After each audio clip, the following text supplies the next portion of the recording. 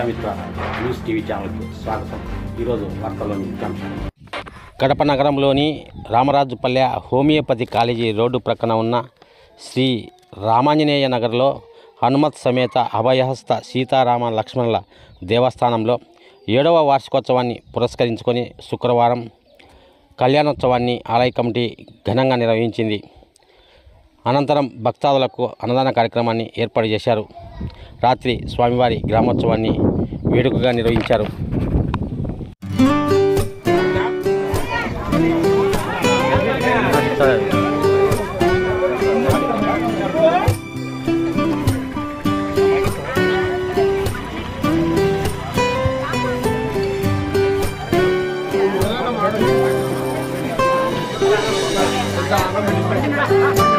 Ramanjaneya colony committee సభ్యులు ఉన్నారు. ఇక్కడ రామచంద్రారెడ్డి గారు, ప్లస్ రాజగోపాల్ రెడ్డి గారు, ప్లస్ రవికుమార్ రెడ్డి గారు, ఆంజనేయులు గారు అంతా కలిపి ఇక మనం ఈ ఆర్గనైజేషన్ చేస్తాం. రామాంజనేయ నగర్ కాలనీ. మీ పేరు చెప్పండి. నా పేరు నరసింహరావు. మనం ఆలయం నిర్మించి 7 సంవత్సరాలు అవుతుంది.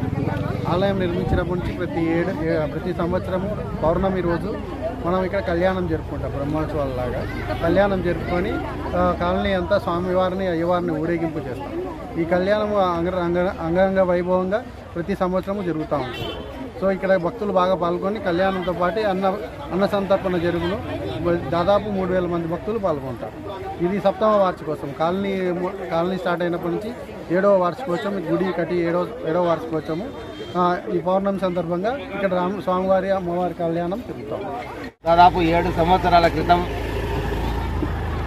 గ్రామ ప్రజలందరం కలిసి ఇక్కడ హనుమత్ సమేత అభయహస్త సీతారాముల వారి విగ్రహంను ఇక్కడ గుడి ఏర్పాటు చేయడం జరిగింది.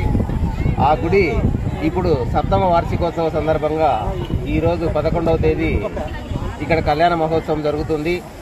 ఈ కళ్యాణ మహోత్సవంను ఒంటిమిట్టలో ఏ రోజైతే కళ్యాణం జరుగుతుందో అదే రోజు ఇక్కడ కూడా నిర్వహించాలని మన పెద్దలు స్థపతులు మనకు తెలపడం వల్ల ప్రతి సంవత్సరం కూడా ఇదే మాదిరే మనం కళ్యాణోత్సవం జరుపుతున్నాం.